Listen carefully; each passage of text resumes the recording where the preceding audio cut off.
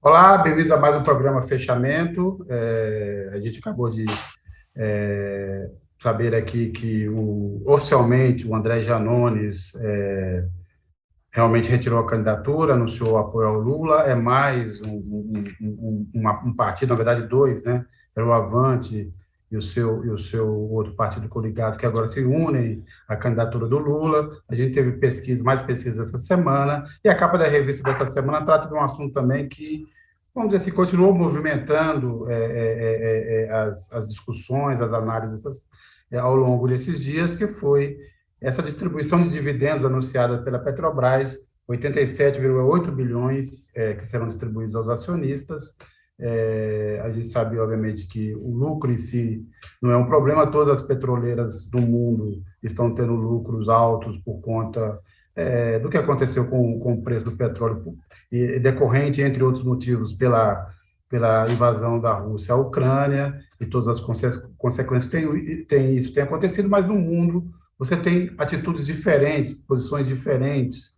Os governos têm interferido de formas distintas em relação ao ganho extra que as petroleiras têm tido no mundo. Isso tem sido diferente. No Brasil, o Bolsonaro esperneia, tenta transformar a Petrobras numa espécie de vilã, sendo que ele, Bolsonaro, teria condições de interferir de uma forma mais direta no assunto. Não faz de conta que não consegue, não tem nada a ver com isso, que a Petrobras é quase uma empresa privada, fala em privatização da Petrobras, inclusive, como se isso fosse resolver o problema, e, no fundo, transfere para outros a responsabilidade disso.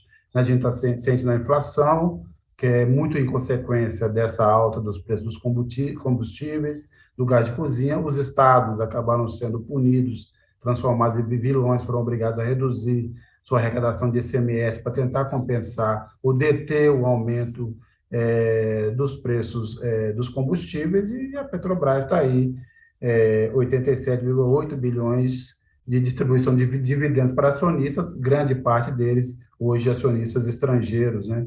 Que nós, no momento, estamos muito contentes com os rumos que a Petrobras está seguindo. Eu me lembro aqui de uma frase do Médici. O Médici deu uma entrevista, o então general ditador do Brasil, Emílio Garrastazu Médici, deu uma entrevista em 1974, que ele disse assim: o Brasil vai bem, no caso da economia, o povo vai mal. Eu acho que é uma frase que continua valendo, dessa vez podendo ser adaptada à Petrobras. A Petrobras vai bem, o povo vai mal. Para a gente, abrindo aqui nessa primeira bloco desse programa, para conversar sobre esse assunto, a gente recebe aqui um dos grandes especialistas desse tema, o ex-presidente da Petrobras, José Sérgio Gabrielli. Gabrielli, boa noite, obrigado por aceitar o nosso convite. Boa noite, Sérgio, boa noite, Mariana, boa noite, Maurício, boa noite a todos os ouvintes e visores e acompanhantes desse programa. Gabriel, a gente também tem essa dificuldade, então a gente tem que chamar de web espectadores, mas quem está assistindo, quem está aí, quem está com a gente, não é isso? E o Gabriel acabou citando, nós temos uma novidade nesse programa. Para quem não sabe, nós temos uma nova repórter em São Paulo, começou essa semana e também está estreando nesse programa. Então, Mariana Serafini, bem-vinda, não só a esse programa, mas a Carta Capital. Parabéns pela coragem e vamos em frente. Boa noite. Boa noite, muito obrigada pela acolhida. Estou feliz de estar aqui e ansiosa com essa estreia, com essa conversa também que a gente vai ter aqui com o Gabriel. Maravilha. E, como de hábito, que divide esse programa comigo aqui, o Maurício Tuzou. Maurício. Boa noite, Sérgio. Boa noite, Gabriel. Boa noite, Mariana. Bem-vinda. É isso, Gabriel. Como eu disse no início, ter lucro faz parte, né, dos, vamos dizer assim, objetivos de uma empresa. A Petrobras lucrou, ganhou muito dinheiro por conta do aumento do petróleo, mas a gente vê essa distribuição de dividendos, do tamanho que ela tem sido, e tenta entender. E, obviamente, vai também ver na composição do que levou a essa distribuição de dividendos tão robusta, vamos dizer assim, tão maciça, que tem a ver não só com o preço do petróleo, mas também com a queima de ativos da Petrobras, né? o último ano, que se vendeu de ativos, embora a preço de banana, a Petrobras está vendendo o seu patrimônio para fazer um gasto corrente e para distribuir para os acionistas, fora todas as demais consequências. A pergunta que eu faço é a seguinte: muita gente, obviamente, os interessados de sempre, grande parte da mídia, fica falando, é assim, a empresa tem que dar lucro, é assim mesmo, o governo que se lide de outra forma. Agora, é possível fazer de forma diferente, né? Garantir não só uma receita robusta para a Petrobras, mas sem que isso seja feito às custas do que está acontecendo no Brasil hoje, que é uma inflação disparada, que é uma inflação disseminada, com as consequências sociais que a gente tem visto, e sem que a Petrobras seja chamada à responsabilidade nesse caso, não é isso? Não, eu concordo com você. Eu queria comparar, no entanto, a situação da Petrobras com outras empresas privadas que atuam no setor de petróleo. A rentabilidade da Petrobras é 3 vezes maior do que a média das grandes petroleiras. Essa rentabilidade medida pelo retorno sobre o patrimônio líquido. Além disso, a Petrobras pagou de dividendos um volume que é 17 vezes maior do que a média das petroleiras. Então, nós estamos com uma empresa que tem uma lucratividade muito alta, e essa lucratividade vem de dois fatores.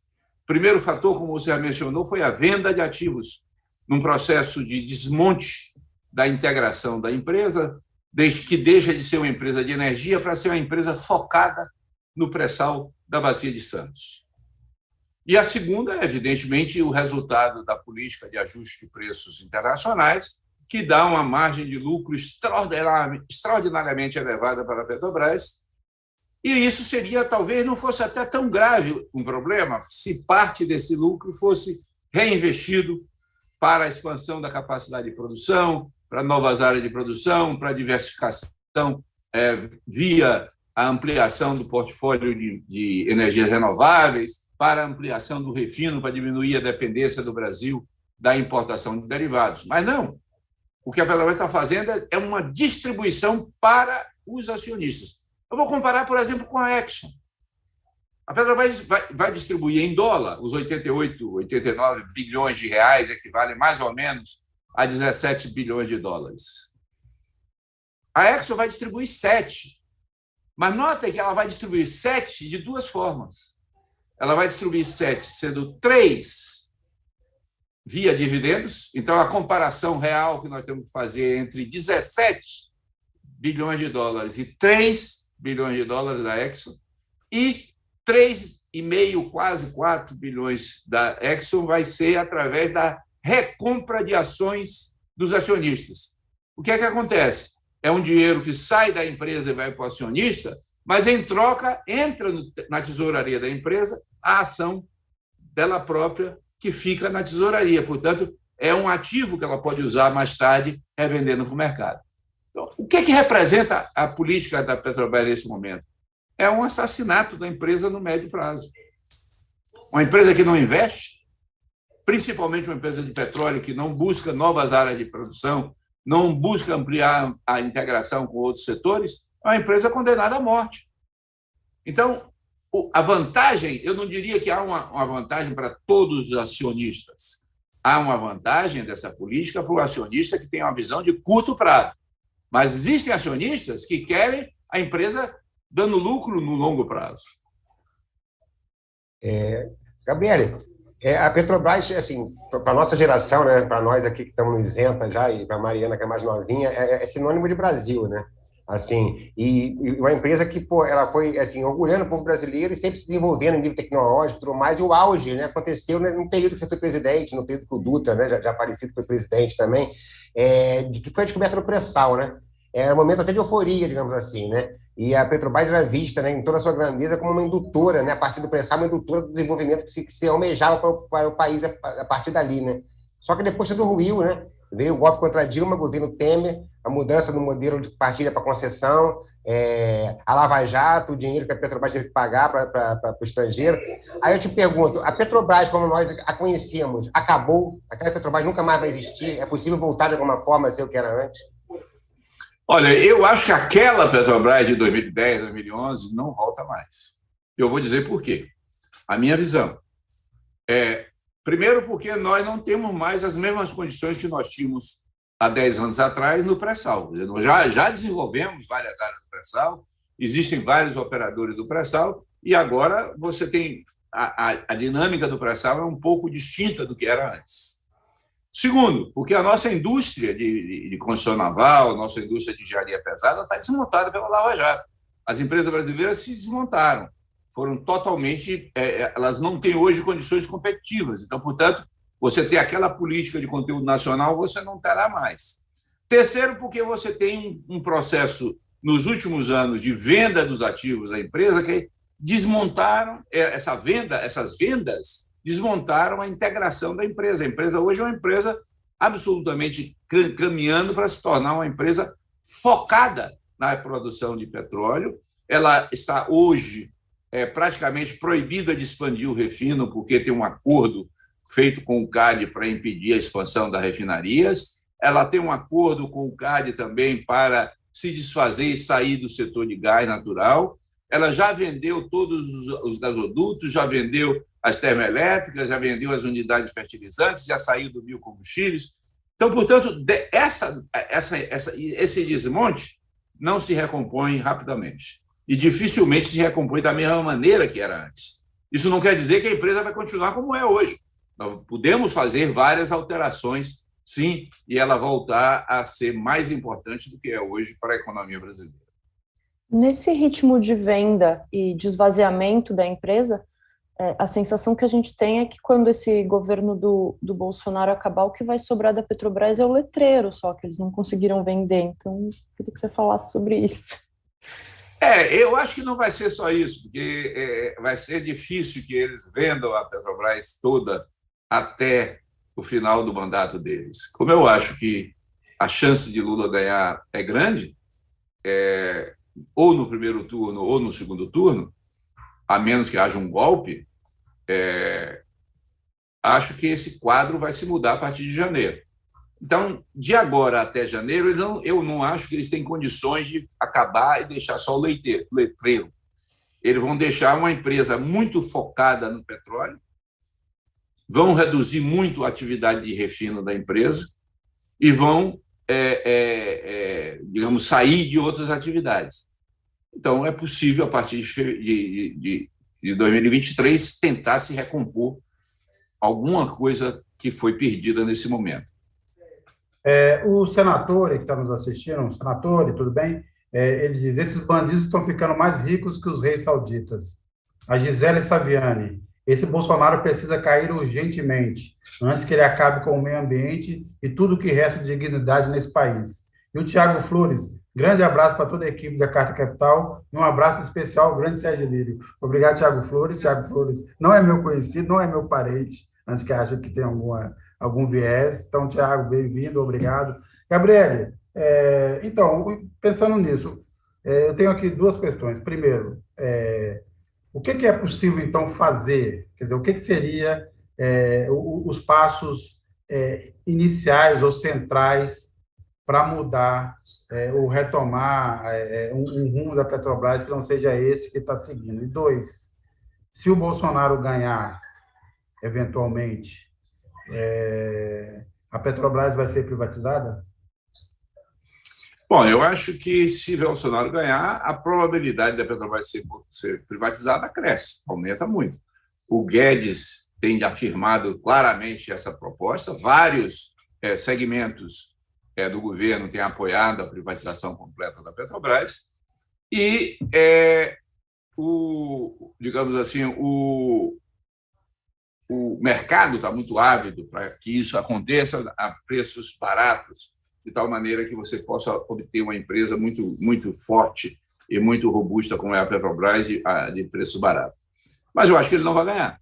Então, o que é que um governo alternativo poderia fazer? Eu acho, primeiro, no primeiro momento, tem que ter um embate com o sistema financeiro e com a estrutura interna de governança da empresa para viabilizar o direito de quem tem a maioria das ações. Então, uma empresa que tem um grupo dominante no capital delas não pode ficar com esse grupo dominante subordinado aos acionistas minoritários de curto prazo. Isso envolve aí mudança no estatuto, isso envolve mudança na composição da diretoria da empresa, isso envolve mudança do plano estratégico da empresa, que é fundamental, que orienta os investimentos. Isso envolve, portanto, uma ação muito intensa de mudança de rumos para a empresa. Que tem que resolver... Gabriela, desculpa, só uma pergunta rápida. Recomprar ações seria uma possibilidade? Não, eu acho que não. Eu acho que não é uma política adequada você recomprar as ações nesse momento, porque, primeiro, é muito caro para o governo teria que desembolsar um volume de recursos extremamente alto, e ele tem, acho, outras prioridades do que passar esse recurso para os acionistas privados, sejam eles nacionais ou internacionais, e, portanto, eu acho que a recompra das ações não seria a melhor alternativa nesse momento. Acho que vai ter um momento de tensão e vai ter um momento de conflito, mas, como nós dizíamos na época da Petrobras antiga, a Petrobras queria ser a preferida dos seus vários públicos de interesse. Não queria ser a preferida apenas dos acionistas de curto prazo. Ela queria ser a preferida dos acionistas de curto prazo, dos acionistas de longo prazo, dos fornecedores, dos clientes, dos empregados, da sociedade em que ela envolvia. Isso exigiria uma gestão da empresa muito mais equilibrada e muito mais tentando caminhar em certos momentos no fio da navalha para garantir esse equilíbrio. Agora, tem algumas coisas estruturais que precisam ser feitas. Por exemplo, o país vai voltar a crescer? Se o país voltar a crescer, nós vamos faltar mais ainda os combustíveis. Então, nós temos que ampliar a capacidade de refino. As refinarias que estavam planejadas, talvez tenham sido demasiadas, o número de novas refinarias planejadas, todas elas foram paradas. Das 5 refinarias previstas, só foi concluída metade de uma, que é a refinaria de Pernambuco. As outras refinarias foram paradas. Nós precisamos retomar a construção de refinarias no Brasil. Nós precisamos retomar a atividade exploratória, temos de encontrar novas áreas, porque senão você pode até ter uma vida relativamente tranquila no pré-sal da Bacia de Santos nos próximos 10 anos, mas o petróleo declina. Então, nós temos que estar continuamente buscando novas áreas. Isso faz com que você tenha que retomar a atividade exploratória. E você precisa retomar a ideia de que a Petrobras não pode ser uma empresa de petróleo, tem que ser uma empresa de energia e incluir aí energias renováveis no processo de mudança do perfil da empresa. Isso, portanto, define metas de curto prazo, de médio prazo e de longo prazo para a empresa. Gabriele, antes de fazer a pergunta, me permita uma piadinha aqui. Mariana, o letreiro aqui da Petrobras, aqui da Chile, na sede, o Gabriele conhece, ele é tão bonitão que se deixarem só o letreiro, vão roubar. Aqui no Rio estão roubando vinho, claro, não vai sobrar nem o letreiro. Mas, Gabriele, em cima do que o Sérgio falou, você falou que recomprar ações não é interessante, mas haverá alguma recuperação de ativos? Mais especificamente, no caso da BR, né? A gente vive hoje esse drama do aumento de preços, da questão da paridade com o preço internacional, que está doendo no bolso do trabalhador brasileiro. E a BR sempre teve, a BR Distribuidora, você me corrige se eu estiver falando bobagem, houve um momento que ela foi a segunda maior empresa do Brasil, só perdendo para a própria Petrobras, né, para a holding. Quer dizer, e ela sempre teve um papel muito importante na regulação dos preços, no governo poder lidar e trabalhar com isso. Não é importante recuperar a hoje Vibra? É possível isso? Olha, eu acho... Nós fechamos o capital da BR, né? A BR tinha ações na Bolsa, a Petrobras recomprou as ações da Bolsa na época e fechou o capital da BR, transformando ela numa empresa 100% Petrobras. É possível fazer isso de novo? Eu acho que é uma alternativa. Eu acho que a Petrobras vai precisar ter um veículo para distribuição, não pode ficar fora da distribuição. Como todas as grandes empresas de petróleo, não é uma coisa única da Petrobras. Se você pega a Exxon, se você pega a Shell, você pega a BP, a Total, todas elas têm empresas de distribuição. A Petrobras não vai ter? Por quê? Uma jabuticaba? Não tem sentido. É preciso que a Petrobras tenha uma empresa de distribuição. Agora, pode ser que não seja necessário e seja melhor, ao invés de tentar recomprar a BR, fazer uma nova empresa para concorrer com a Vibra. Pode ser mais barato e mais eficiente. Eu não sei ainda. É um tema. O que eu acho que é fundamental é dizer a Petrobras vai precisar ter um veículo na distribuição. Se vai ser a recompra da BR ou se vai ser a montagem de uma nova rede de distribuição, é um ponto a ser discutido no futuro. Gabriele, quando na tua gestão na Petrobras, e quando foi descoberto o pré-sal, eu ainda era mais jovem, era estudante de jornalismo, e estava lá nas manifestações em Brasília defendendo os 10% do PIB do pré-sal para a educação. E eu queria saber se, com o retorno de um governo progressista, a gente pode voltar a contar com a Petrobras como um motor de desenvolvimento nacional em outras áreas também, não só na área de energia, como ela tinha se proposto a ser nesse período. Na verdade, em 2010, nós criamos um modelo em que a Petrobras era o centro do desenvolvimento, puxava a criação e a expansão da engenharia naval brasileira, da engenharia pesada brasileira, da engenharia submersa no Brasil. E essa construção viabilizaria, portanto, uma expansão do nível de emprego. Ao mesmo tempo, você investia pesadamente na tecnologia, você investiu aí em dezenas, centenas de universidades e institutos de pesquisa montando laboratórios no Brasil afora, e você duplicou a capacidade tecnológica do Centro de Pesquisa da Petrobras. Além disso, nós criamos, por lei, um fundo social.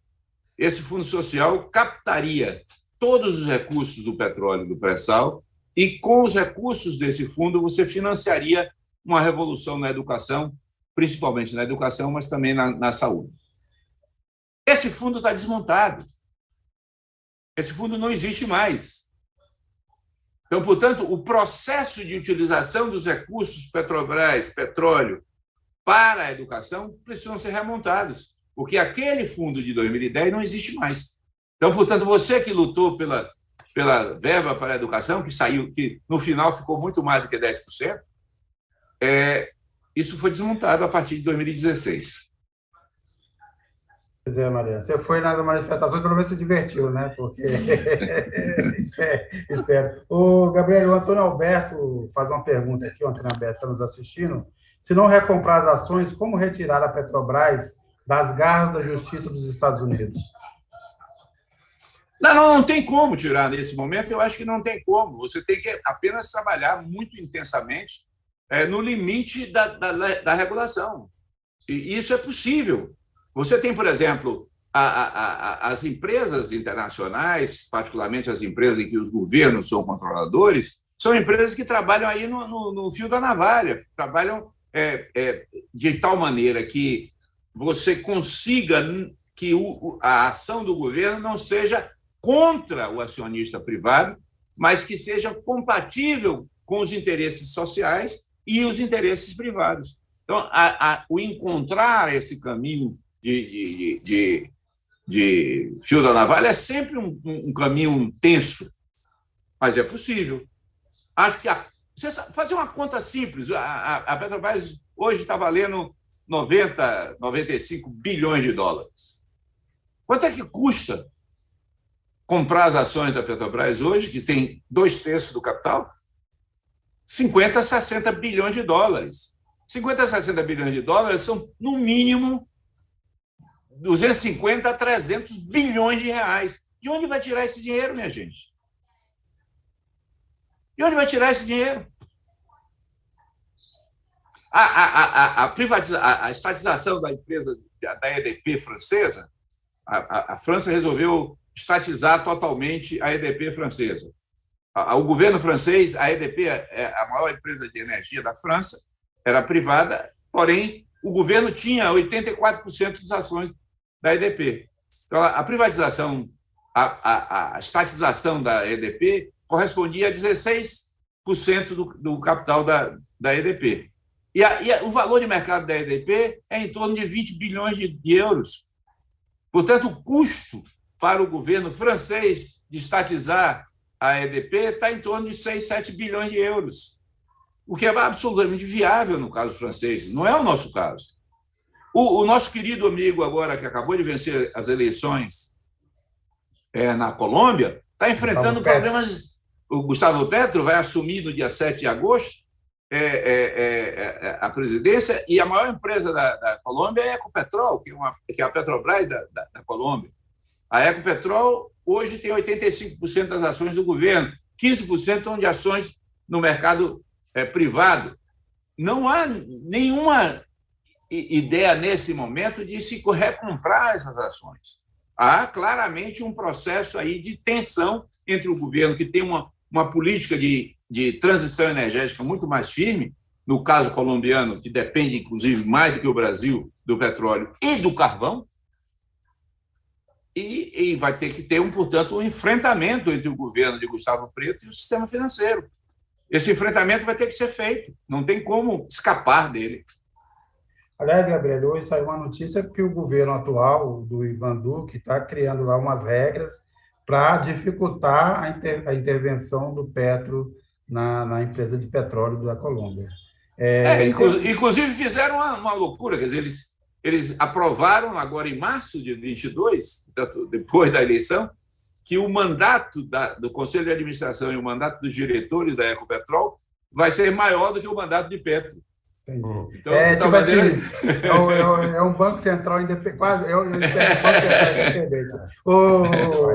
Maurício, só desculpa que eu falo. O Jonas ML também faz uma pergunta interessante aqui, como a do Antônio Alberto, e um ponto que a gente precisava discutir aqui também. Eu queria saber, Gabriela, se você conhece o estudo do Sindipetro sobre uma proposta de política de preço para a Petrobras, que trocaria o tal do PPI, que é a paridade de preço internacional, ou seja, toda vez que tiver um reajuste do barril de petróleo ou alguma variação do dólar, isso é automaticamente repassado para os preços da Petrobras, isso que significa o PPI.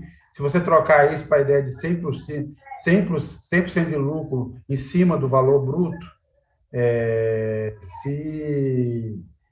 isso diz o estudo da Sindipetro que isso permitiria que a gasolina hoje custasse R$ 3,60 e não mais de 7. Primeiro, se você conhece esse estudo, se acha que ele tem fundamento, e, aproveitando aqui a pergunta do Jonas ML, o que dá para substituir, de que forma substituir o PPI, e já aproveitando também, porque isso também nem nos governos petistas isso foi radicalmente mudado, né? Vocês adaptaram, mas mantiveram o PPI.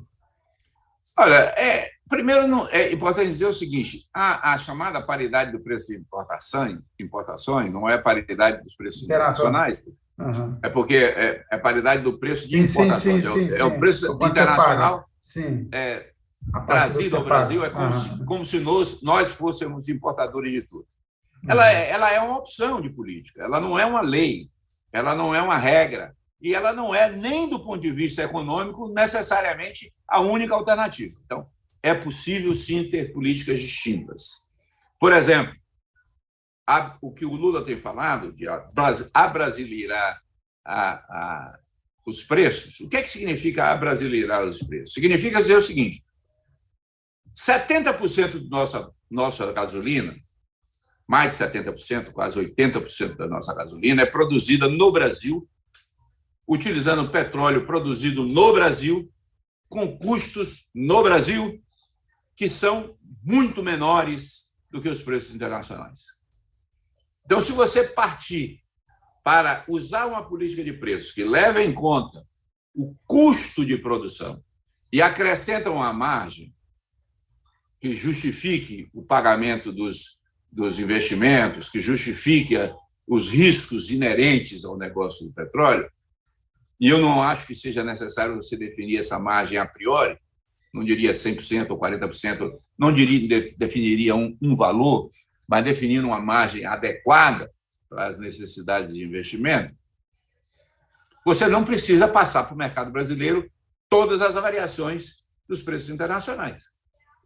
Por que isso? Porque você tem capacidade de produção no Brasil. Se nós não tivéssemos capacidade de produção de petróleo, nós não poderíamos fazer isso. Qual é a nossa limitação? É o refino.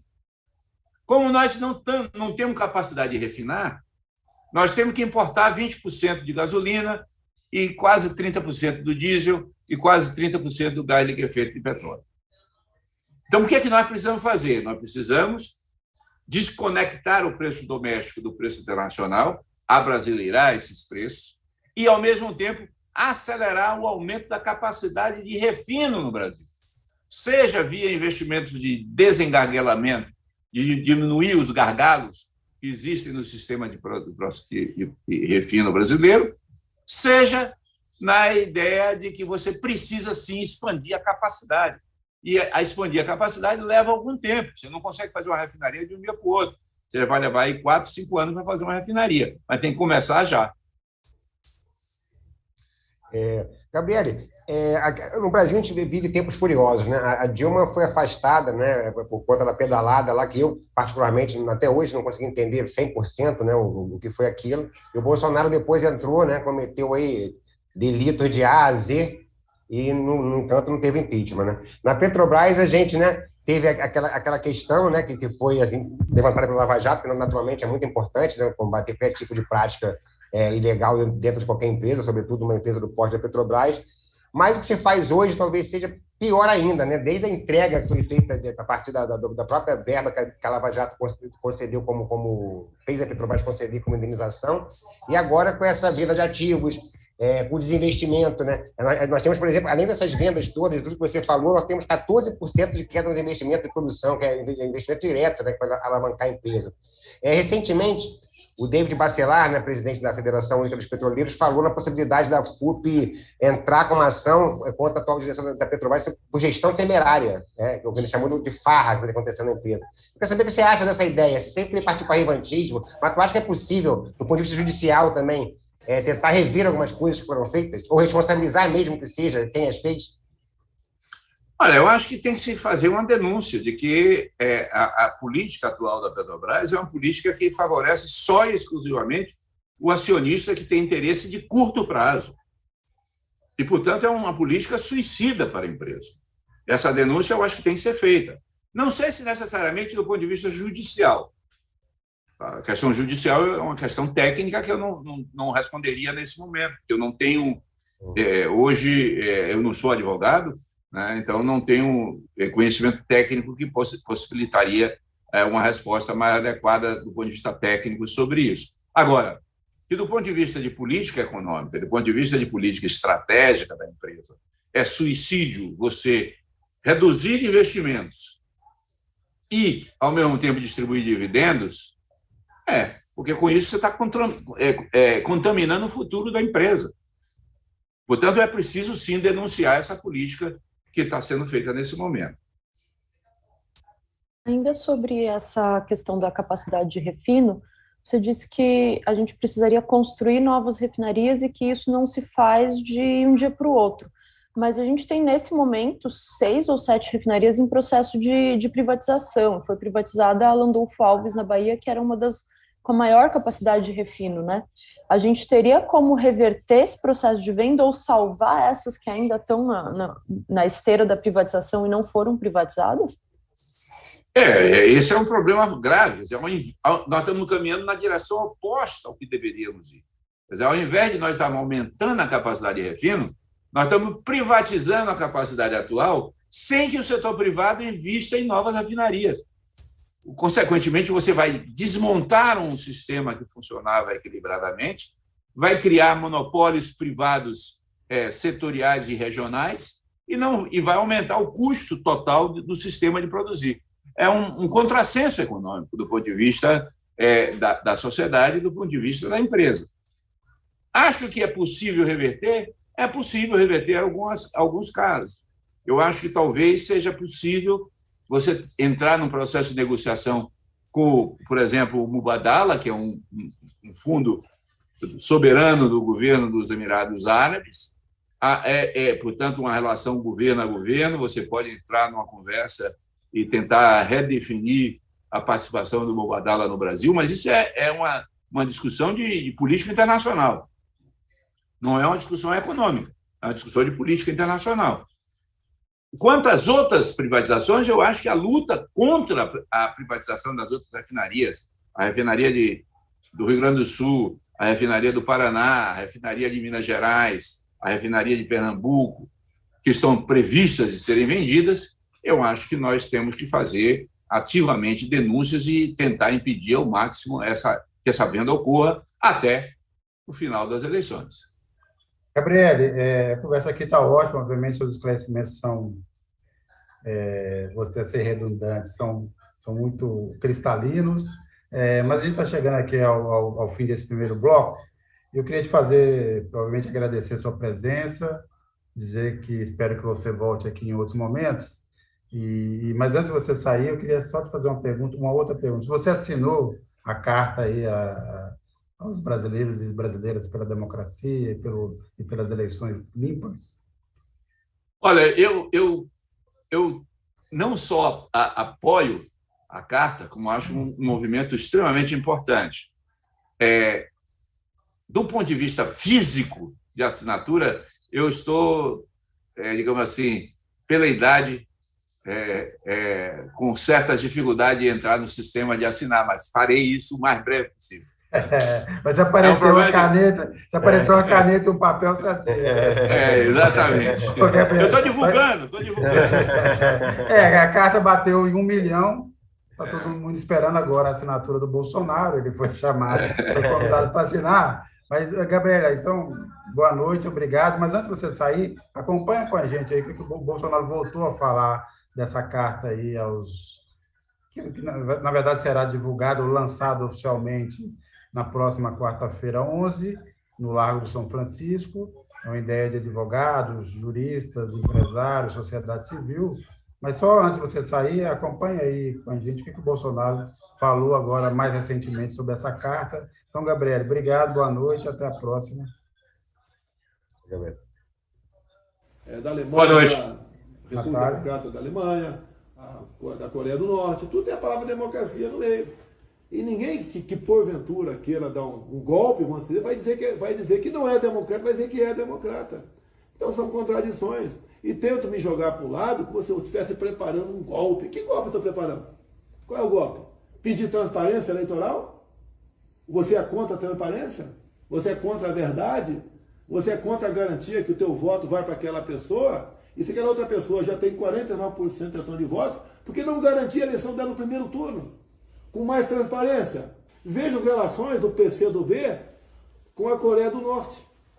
Quando morreu lá o líder norte-coreano há alguns anos, e a manifestação de apreço, né, de condolência do Partido Comunista do Brasil. Veja o que esse pessoal de esquerda aí que assinou o Manifesto pela Democracia, o que eles falam de Cuba. Tivemos há poucos meses manifestações de rua em Cuba. Começaram a sair as condenações. 9 anos de cadeia. 9 anos de cadeia para quem participou de manifestações em Cuba pedindo liberdade. E esse pessoal aqui assina esse manifesto, cara de pau, sem caráter. Não vou falar os adjetivos aqui, porque eu sou uma pessoa bastante... Bem, a gente vendo aqui pelo noticiário agora dos portais, aparentemente esse fervor que estava no Rio de Janeiro, nesse inverno do Rio de Janeiro, esquentado pela briga entre o PT e o PSDB, deu uma certa baixada de bola. Houve uma reunião aí da executiva estadual do PT, houve também uma discussão nacional, e toda aquela ideia, aquela verdade, aquele ímpeto de romper a aliança com o Freixo por conta dessa insistência do Alessandro Molon em manter sua candidatura ao Senado, a revelia do candidato indicado pelo PT, o André Ceciliano. Essa deu uma baixada de bola. O Diretório Nacional do PT já tinha indicado que quer insistir e vai insistir na aliança com o Freixo e tentar arrumar aí uma solução aí, vamos dizer assim, amigável a tempo de salvar essa candidatura. Quem fez essa reportagem essa semana da revista foi o Maurício Tuzou. Maurício, você que acompanha esse caso, você diria que a chance dessa aliança e ser rompida, ou acontecer o que alguns estão sugerindo, que seja cada um apoie quem quiser, seja um Deus dará, qual a chance você acha que tem de acontecer? Sérgio, eu acho que essa última proposta aí que você mencionou é a que está em jogo no momento, entendeu? Aquela ideia, né, por mais que tenha sido vista por muitos desde o princípio como um blefe, né, de retirar o apoio ao Freixo, ela realmente não se concretizou. né, o que eu particularmente acho foi salutar, porque uma frente de esquerda construída aqui no Rio com certo esforço, que seria detonada, né, sem querer entrar no mérito da questão do Molon e do Siciliano, aí, dessa disputa pelo Senado. Mas o que acontece, só para explicar para quem está nos acompanhando, hoje foi a reunião da Executiva Nacional do PT, e amanhã, que é o último dia, né, data limite, né, para fazer isso, vai ser estadual do Rio. Quer dizer, algumas decisões foram jogadas para amanhã. Agora à noite, várias reuniões estão acontecendo. Eu passei o dia tentando falar com várias pessoas do PT do Rio que estão na Convenção Nacional. Falei com algumas, mas mesmo as que me atenderam não passaram muita informação, porque estava um clima realmente de negociações intensas. Surgiu essa proposta representada pelo vice-presidente nacional do PT, Washington Facquá, ex-prefeito de Maricá, de ser uma espécie de liberação da militância, digamos assim. O apoio ao Freixo se manteria, se toleraria a candidatura do Mourão ao Senado junto com a do Siciliano, mas o PT estaria liberado também para estar em outros palanques, para levar o Lula, sobretudo, essa que é a ideia, levar o Lula para outros palanques. O fundamental, o que diz esse setor que defende isso, é eleger o Lula já no primeiro turno. Isso, na prática, pode trazer Eduardo Paes para dentro da campanha. O próprio Facquá já falou que deseja convidar o Paes para a coordenação da campanha do Lula no Estado. O Eduardo Paes já definiu apoio ao Rodrigo Neves, candidato do PDT, que tem como candidato a presidente o Ciro Gomes, mas que aqui no Rio, o que a gente vê na rua, a maioria das pessoas estão apoiando o Rodrigo Neves fazendo campanha por Lula. Quer dizer, é uma coisa bastante complexa. Na matéria da revista, que eu convido todos a lerem, eu mostro por que o Rio, né, considerado pela direção nacional do PT e pela coordenação da campanha do Lula, hoje, o fiel da balança, né, esse é até o título, né, que a gente escolheu para a matéria, para definir a eleição ou não do Lula no primeiro turno. Né? É um estado que outrora progressista, né, o Lula sempre venceu no Rio, foi o estado que elegeu Brizola, né, e consolidou a redemocratização e, sobretudo, para as legendas de esquerda, né, na volta em 82, no fim da ditadura. Mas nos anos para cá não é bem assim, né? O Rio deu uma guinada conservadora, hoje é a capital das milícias, né? É o estado também onde existe o maior número de evangélicos, né, proporcionalmente, 31% da população. Quer dizer, são nichos que algumas pessoas veem como difíceis para a campanha do Freixo penetrar. Sempre que eu converso com o Freixo, sobretudo na última vez, ele fica indignado com essa versão. Ele acha que ele está fazendo todo o trabalho necessário para ampliar a candidatura ao centro, lembrando sempre que o César Maia é candidato a vice-prefeito na chapa do Freixo. O Freixo, ele cita vários contatos que ele está fazendo com setores da segurança pública, setores dos evangélicos e tal, para poder crescer, e acha que é uma falsa narrativa essa questão que ele teria um teto intransponível que não poderia vencer o Cláudio Castro no eventual segundo turno. Quer dizer, os dados estão na mesa ainda, Sérgio, Mariana, não está definido, até amanhã podemos ter surpresas, mas começa a clarear, digamos assim. Parece que o Mourão vai de fato ser candidato, com detalhes que o PSB pode ser que volte atrás ainda, mas em princípio deu uma estrangulada financeira na campanha do Mourão. Ele não tem mais recurso do partido até segunda ordem para fazer campanha, pela desobediência, digamos assim, ao acordo. Mas ficou em aberto essa questão de quem vai ser, se vai ficar só no Freixo mesmo, ou se vai abrir para a militância, se vai ser resolvido nessas reuniões. Estão rolando já agora, por exemplo, estão tendo reuniões de correntes internas do PT, e alguns caciques nacionais aqui do Rio estão reunidos também para poder definir essa questão dessa eleição, que é super complexa. De outro lado, né, para finalizar, e também não entregar tudo que a matéria traz, a gente fala do Cláudio Castro também, né, no outro lado, no campo bolsonarista, que se consolida como candidato, de fato, desse campo, porque tirou da jogada dois potenciais adversários, o Marcelo Crivella, ex-prefeito e senador, que tinha manifestado o desejo de ser candidato a governador. Houve um acordo com o Cláudio Castro para ter um Senado. Isso também já embaralha um pouco no campo do Senado para a direita, porque o Romário seria o candidato único dos bolsonaristas. E tem um garotinho que, por conta da justiça eleitoral, não vai ser mais candidato também. Quer dizer, tanto o Crivella quanto o garotinho tiravam alguns pontos percentuais do Cláudio Castro na pesquisa. Sem os dois, o Cláudio Castro está garantidíssimo no segundo turno. A questão é realmente, aparentemente, salvo uma surpresa aqui, uma disparada do Rodrigo Neves, ele está com 9%, 10% nas pesquisas, 8%. Vamos ter o segundo turno entre Cláudio Castro e Marcelo Freixo no Rio. A Valéria Bordim, ela fala, se o PT retirar o apoio ao Freixo, será imperdoável todo apoio ao Freixo. E o senador, Maurício, pergunta, ele pede, na verdade, para você explicar essa presepada e como é que o PT não apoiar o Freixo vai fazer o Rio ficar melhor. Pois é, né? É aquela coisa, né? Tem um lado critica o outro, né? Tem as críticas em on, tem as críticas em off, né? Um pouco mais pesada, mas existe dentro do PT hoje no Rio uma multiplicidade de interesses, né, Sérgio e senatores. Enfim, a gente não sabe exatamente o que cada direção, né? Cada elemento da direção quer, mas o fato é que o Lula hoje ele ajuda, inclusive na matéria tem um cientista político da PUC Rio, Ricardo Ismael, ele fala isso, o Lula hoje ajuda, ele fala o Freixo precisa mais do Lula do que o Lula do Freixo, na verdade. Quer dizer, o Lula em si já levaria o Freixo para o interior, a força do Lula. E, por outro lado, tem gente que fala que o PT, alguns setores, quer na verdade, a reeleição do Castro, porque isso possibilitaria um quadro melhor para daqui a 4 anos. É bem complexo. Nós temos Eduardo Paes também, que é um candidato oculto, a gente ainda vai escrever sobre isso na revista, provavelmente, é um candidato que não é candidato, mas está agindo como se fosse de olho na próxima eleição, para governador, né, o Eduardo Paes, prefeito do Rio. Quer dizer, realmente complexo, senador. Não sei se é uma presepada, mas ficou um jogo enrolado, né? Sobretudo com a insistência do Molon em se lançar ao Senado, que deu justificativa, digamos assim, para essas ameaças de ruptura e esse movimento todo está acontecendo no Rio.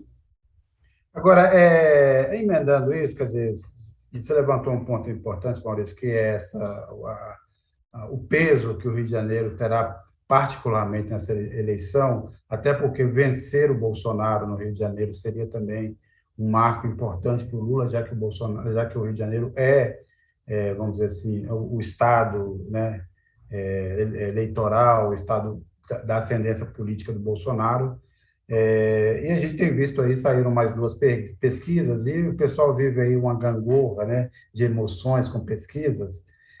Nunca adianta falar. Aliás, eu recomendo para quem procure no site lá um artigo recente do Marcos Coimbra sobre como ler pesquisas, que é muito didático, mas as pessoas nunca, na verdade, seguiam por isso. Então, sai uma pesquisa que o candidato deles está lá muito bem, aí a alegria geral. Aí isso é uma pesquisa mais ou menos, não está bem. Esse aí já vem, da euforia, depressão, e em 3 segundos e 10 segundos é mais rápido que uma Ferrari, por exemplo, de 0 a 100, né? Então saíram mais 2 pesquisas aí, uma da Genial Quest, lembrando que essas 2 pesquisas são feitas por telefone, portanto, há sempre um viés, assim, vamos dizer assim, um pouco de menos precisão, porque o telefone, ele limita o acesso a algumas classes sociais, esse recorte fica mais, vamos dizer assim, mais elitista. Mais uma dessas, saiu a Genial Quest, o Lula aparece com 44, o Bolsonaro aparece com 32, tem lá 2 notícias que a pesquisa captou, 2 notícias boas para o Bolsonaro e para os bolsonaristas, uma que a rejeição diminuiu, atingiu o menor patamar desde meados do ano passado, e ele teria diminuído a vantagem também entre os beneficiários do Auxílio Brasil. A vantagem do Lula, que era de 35 pontos percentuais, teria caído para 23. Aí, no dia seguinte, saiu um Poder Data, que também é outra pesquisa feita por telefone, Lula 43%, o mesmo percentual da pesquisa anterior, o Bolsonaro 35%, oscilou 2 pontos para baixo na margem de erro. A Genial Quest ainda continua dando Lula ali, com vitória no primeiro turno, ali também dentro de uma margem de erro. Agora, Mariana, eu sei também que você está acompanhando as pesquisas e tal, você acha que tem uma tendência aí de alguma recuperação do Bolsonaro que permitiria levar ao segundo turno? Ou esse jogo ainda para você parece em aberto e realmente é preciso esperar um pouco ainda, uma definição mais clara, inclusive, de quantas candidaturas a gente vai ter em jogo? Eu sou sempre pessimista, eu sou daquelas que o jogo só acaba quando termina, então a gente não pode entrar em campo de salto alto. A gente vê que a Michelle Bolsonaro tem sido uma figura importante para trabalhar a candidatura a campanha do Bolsonaro entre as mulheres evangélicas. Eu acho que isso é um problema, porque entre as mulheres o Bolsonaro perde, mas se a gente não leva em conta as mulheres evangélicas, é um percentual importante aí do eleitorado. E é como o Gabriele disse lá no comecinho do programa, se fosse hoje, o Lula ganharia provavelmente no primeiro turno, mas a gente vai ter uma campanha bastante suja, pelo que a gente está vendo, tem a questão das fake news, e eu acho que tudo isso ainda vai abalar o cenário. Hoje a gente teve hoje a gente teve essa decisão aí, então, quer dizer, a oficialização da posição do Janones, era o candidato do Avante, aparecia nas pesquisas com 2%. Esse fenômeno, né, o Janones, que é uma figura com muita força nas redes sociais, e só isso explica o fato dele aparecer com 2% nas pesquisas. A gente não sabe se esses 2% são de fato ou não, mas, de qualquer forma, é um candidato a menos no jogo. Eu acho que, olhando as pesquisas dessa semana, o jogo continua parado, né? Essa semana, e quando você vai anunciar a pesquisa, você sempre tenta achar ali quem fez a pesquisa e os jornais que financiam essas pesquisas ficam sempre tentando achar ali uma novidade quando você tem um cenário estagnado. Mas o fato é que o cenário está estagnado e vamos ver como as demais pesquisas nos próximos dias, principalmente quando sair alguma do IPESP ou outra do Datafolha, esse fenômeno do Auxílio Brasil. As conversas que eu tive recentemente com dirigentes do PT e com também de integrantes de outras campanhas, vai um pouco na linha do que a Mariana tá dizendo, principalmente no PT. Há uma ideia de que é preciso começar a trabalhar com a ideia de um segundo turno.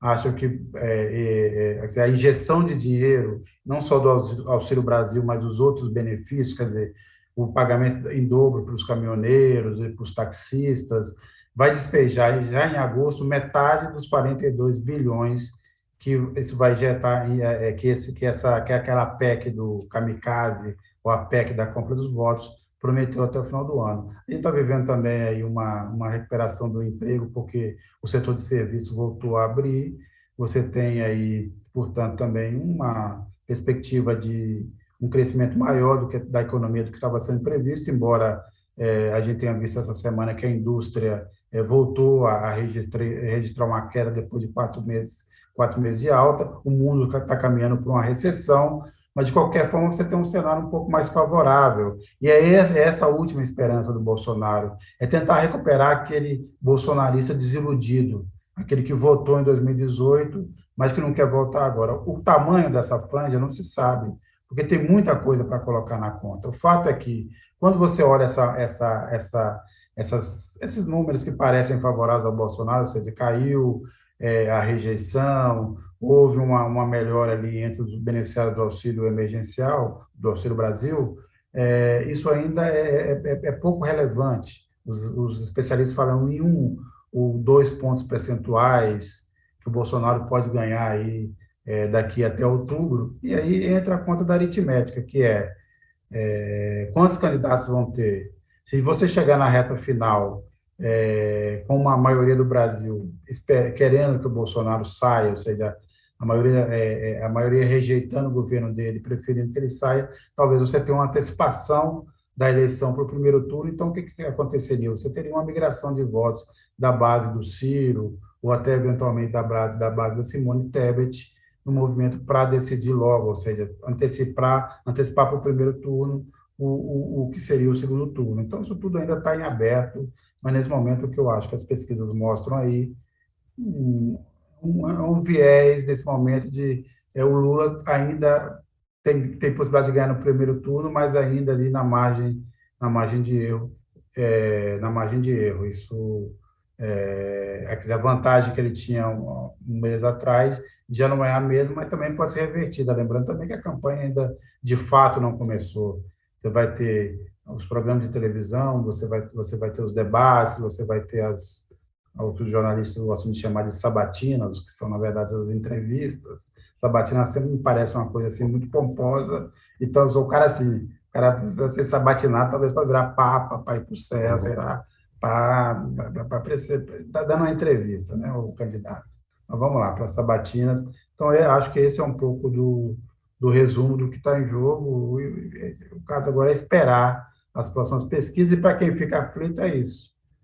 Precisa entender, ler as pesquisas no longo prazo. Até porque hoje você tem uma profusão de pesquisas feitas com métodos diferentes, cada semana sai uma, e se você ficar, não é um bom guia, e nem é bom também comparar alhos com bugalhos. Não dá para pegar a pesquisa do Datafolha e comparar com a pesquisa da Quest, ou comparar com a pesquisa do Poder Data, ou com o IPESP. Você tem que analisar uma coisa mais de longo prazo, essa me parece ser a situação. A gente também traz nessa edição uma matéria, a primeira reportagem da Mariana Serafim, sobre a expansão aí da varíola dos macacos. Também hoje, no fim do dia, tem uma notícia de que os Estados Unidos decretaram emergência de saúde por conta da expansão da varíola dos macacos. É um drama que tinha chegado primeiro na Europa, mas está mais controlado nesse momento, e a questão toda. Nós estamos diante, de novo, de uma nova pandemia, ou de uma nova epidemia, mal tendo saído aí, ou nem tendo saído, na verdade, ainda da Covid. Mariana, conta um pouco para a gente aí, obviamente, sem entregar tudo, porque eu tenho certeza que todo mundo que está nos acompanhando terá um imenso prazer de ler a sua primeira reportagem na Carta Capital, mas o que dá para dizer sobre a evolução da varíola dos macacos no Brasil e de como o governo está tratando esse tema? É muito preocupante a chegada da varíola dos macacos no Brasil. A gente percebeu que de uma semana para outra os casos dobraram, né? Na semana passada a gente tinha cerca de 700 casos registrados, agora quando a gente fechou a edição já tinha mais de 1.300. Começaram a acontecer as primeiras mortes fora do continente africano. Aconteceu uma morte no Brasil, mas ela não foi... foi um homem de 41 anos que morreu. Ele estava com a varíola, mas ele morreu por outras questões. Assim, a varíola foi um fator a mais, então não está se contando, já descartou essa morte como em decorrência da monkeypox. Ele tinha linfoma e HIV, então foi um quadro clínico que levou a óbito. Mas a chegada do vírus, eu conversei com alguns infectologistas nessa semana e todos eles foram unânimes, assim, se nós estivéssemos com a nossa rede de vigilância articulada, montada como a gente tinha antes, a gente teria condição de barrar o vírus agora, de isolar todos os casos que já foram identificados. Essas pessoas poderiam fazer quarentena, buscar as pessoas que tiveram contato com quem foi positivado, também quarentenar essas pessoas e barrar a chegada do vírus. A gente não tem estrutura para fazer isso, porque com o teto de gastos, o desinvestimento na área de saúde, o desmonte do SUS, a gente tem até uma reportagem recente da Carta Capital, que é do Maurício, que fala sobre a agonia que o SUS está vivendo. Então, diante desse desmonte, a gente está completamente desarticulado. Um dos sanitaristas que é o representante da Sociedade Brasileira de Infectologia, ele foi taxativo ao dizer que pior do que a monkeypox é o desmonte que aconteceu no SUS agora, porque a gente está desprevenido. Então, isso é preocupante. Tem algumas coisas que a gente vai ter que voltar a fazer, como usar máscara, por exemplo. O contato, a transmissão principal se dá de contato de pele com pele, mas as gotículas de saliva também são um fator de transmissão, assim como o vírus que fica alojado em roupa e roupa de cama. Então, o uso de luva quando tem contato com alguma pessoa que tá com a suspeita do vírus, mas em ambientes cheios, em ambientes fechados, a gente vai ter que voltar a usar máscara agora por causa da chegada da monkeypox, e não só porque a Covid ainda não terminou de ir embora. É interessante que a monkeypox é a 7ª emergência global desse século já. A gente já enfrentou 7 pandemias desde o começo, desde os anos 2000. E 2 dos sanitaristas com quem eu conversei também estão muito pessimistas, que assim, tá longe de ser as últimas, sabe? Tá longe de ser uma das últimas. A gente vai continuar nesse ciclo de chegada de novas ameaças. Hoje, no Brasil, a gente consegue identificar quem são as pessoas que estão sendo mais atingidas pelo vírus. São homens que mantêm relação sexual com homens. Tanto a OMS quanto a Sociedade Brasileira de Infectologia estão sendo estão orientando para que as campanhas que vão ser feitas, que têm que ser feitas de proteção, de de divulgação para as pessoas se defenderem do vírus, não pode estigmatizar um grupo, porque é pura coincidência o que aconteceu. É uma infeliz coincidência. O vírus começou a circular de novo no mundo justamente no mês de maio e junho, que é o mês onde acontecem as agendas de reivindicação do movimento LGBTQIA+.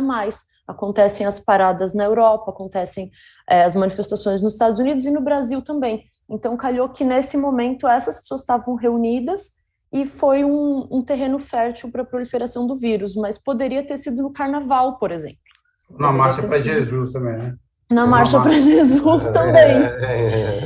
Então, foi uma infeliz coincidência, assim. Hoje esse público está sendo mais penalizado, mas nada impede que o vírus rapidamente se alastre para a população de um modo geral. A gente já tem vários registros de mulheres grávidas, infectadas e também crianças, isso é uma novidade, não só no Brasil, mas no mundo. E com relação aos cuidados, os infectologistas falaram que o que a gente pode fazer é se cuidar no campo individual, mas que isso não tem impacto. O que a gente precisaria mesmo nesse momento é que o governo estivesse fazendo uma ampla campanha de massas para explicar para as pessoas o que é o vírus, como se proteger, o que precisa ser feito nesse momento, e uma ação coordenada de vigilância sanitária em todo o Brasil, porque a gente já tem essa estrutura. O SUS, ele tem unidades de saúde em todos os municípios brasileiros, então a gente teria uma estrutura para conseguir conter isso, mas a gente está desarticulado, o governo, de novo, está caminhando na mesma esteira do negacionismo que foi lá no começo da pandemia da Covid-19, e não está dando as respostas rápidas como deveria ser, porque a OMS já declarou estado de emergência global. Então, os estados membros da OMS têm que se adequar, têm que preparar os seus sistemas de saúde para responder a essa demanda que a OMS alertou. E o governo Bolsonaro não está fazendo isso. Não tem foi criado recentemente um comitê que está muito inativo ainda.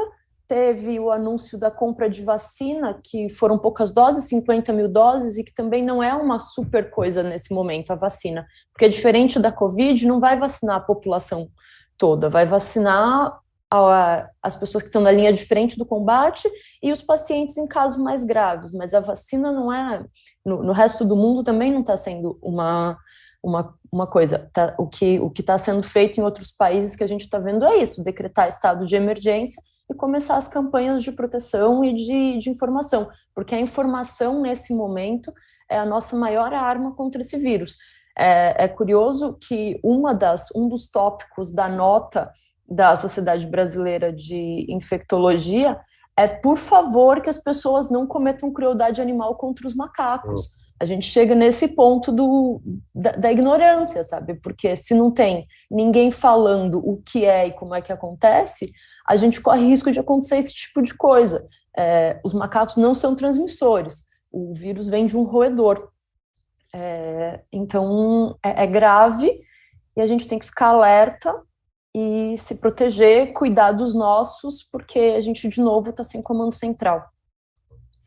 É isso aí, bem, esse é o século, parece ser o século das epidemias. Se, por exemplo, o Eric Hobsbawm tivesse vivo e fosse fazer um livro, ele poderia chamar esse o século das epidemias. E parece também que a máscara passará daqui a pouco a ser um componente, vamos dizer assim, corriqueiro, né? Na hora de sair para uma festa, para a rua, para encontrar os amigos, você vai colocar uma calça, um tênis e levar uma máscara. Teve um dos médicos que falou sobre isso e eu só entrei em desespero, assim, porque ele fez um comentário que eu achei infeliz demais. Ele disse, imagina o inferno que foi quando as primeiras pessoas começaram a usar sapato. Deve ter sido um inferno usar sapato. Descobriram que machucava o pé, que dava doença, que não sei o quê, e começaram a usar sapato. Hoje a gente acostumou. Daí, então você está dizendo que a gente vai ter que acostumar com o uso de máscara como com o uso de sapato? Pelo que esse século está mostrando, pode ser que sim.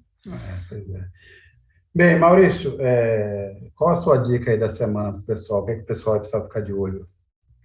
Sérgio, em curto prazo, essa decisão de amanhã do PT, né, que a gente mencionou, do PT do Rio, né, para acabar com essa novela aí, envolvendo a candidatura do Freixo, do Molon, do André Siciliano. Para a gente que gosta de acompanhar a política, essa noite está sendo bem interessante, as negociações, melhor que Netflix, Sérgio. Vou ficar tentando ver as informações aqui, vamos ver como é que fica. E mais para frente, a questão da organização do ato para a democracia, né, do dia 11, né, dia 11, se eu não estou falando errado, porque os próximos dias são fundamentais para essa organização desse ato, e tem tudo para ser um marco aí bem interessante, né, nessa eleição aí. O Bolsonaro decidiu, tinha uma agenda em São Paulo, acabou cancelando os 2 compromissos. Ele viria à Fiesp, mas a Fiesp ia apresentar a carta para ele assinar, e depois ia fazer um jantar lá com aquele grupo Esfera, que é uma espécie de grupo de lobby dos empresários paulistas.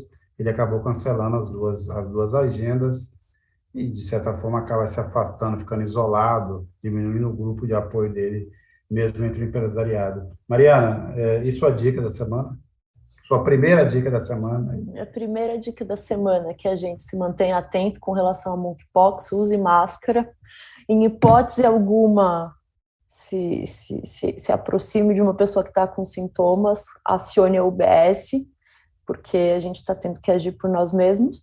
E no campo político, vou na esteira do Marcelo, de ficar de olho nesse ato do dia 11, e, enquanto cidadão, participar dos atos locais que também estão acontecendo em organizações políticas. Acho que é um momento de demonstrar organização e força. A gente teve essa semana aí, esse episódio aí de mais um passo na disputa ainda, vamos dizer assim, no campo das provocações entre os Estados Unidos e a China. Você teve essa viagem da presidente da Câmara dos Deputados dos Estados Unidos, a Nancy Pelosi, foi até Taiwan. Em resposta, a China fez ali, na verdade, começou uma bateria de exercícios militares, inclusive lançando foguetes nas proximidades de Taiwan. As críticas foram muito duras. O Biden ficou bastante irritado com a Pelosi, e a Pelosi está pensando, na verdade, nas eleições de novembro, né? A questão está muito complicada para os democratas.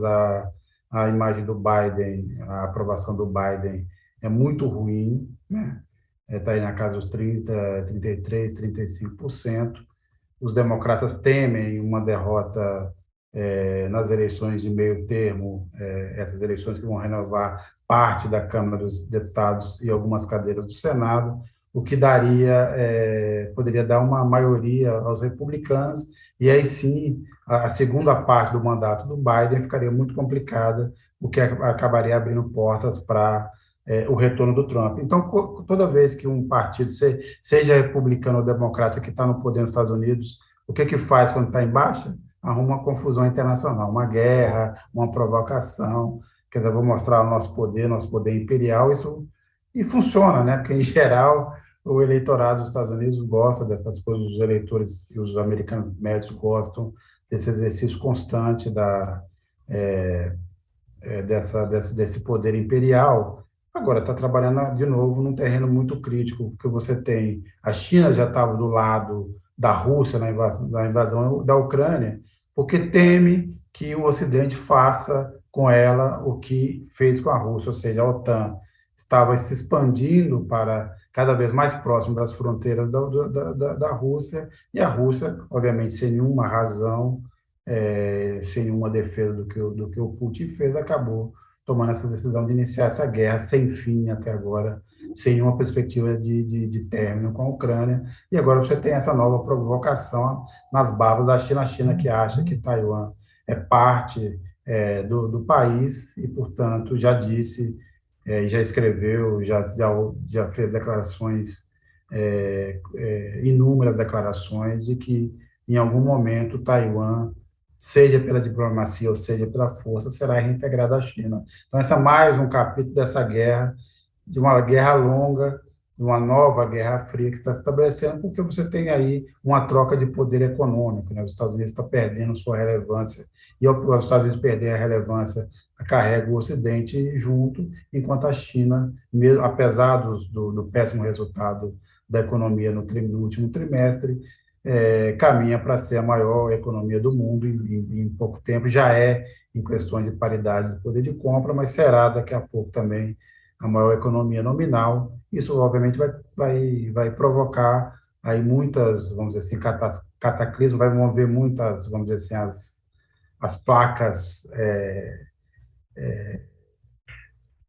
desse mundo da geopolítica. Então, vamos ver aí o desdobramento, saber se este episódio da Pelosi será, aí daí da Pelosi da Taiwan será superado rapidamente ou se vai levar a novas provocações e novas tensões entre a China e os Estados Unidos. Eu, obviamente, queria agradecer quem nos acompanhou até agora, como sempre, agradeço a paciência, o apoio e o carinho de vocês que nos assistem. Queria, obviamente, cumprimentar também o Maurício Tuzou. Maurício, muito obrigado por também participar desse programa. E, Mariana, bem-vinda e até a próxima. A 15 dias nós estaremos de volta. Daqui a 15 dias, não. Daqui a não dá 15 dias, né, mais ou menos. Semana que vem não, que é outro grupo, mas na outra estaremos de volta. Então, pessoal, até a próxima. Valeu, pessoal. Valeu.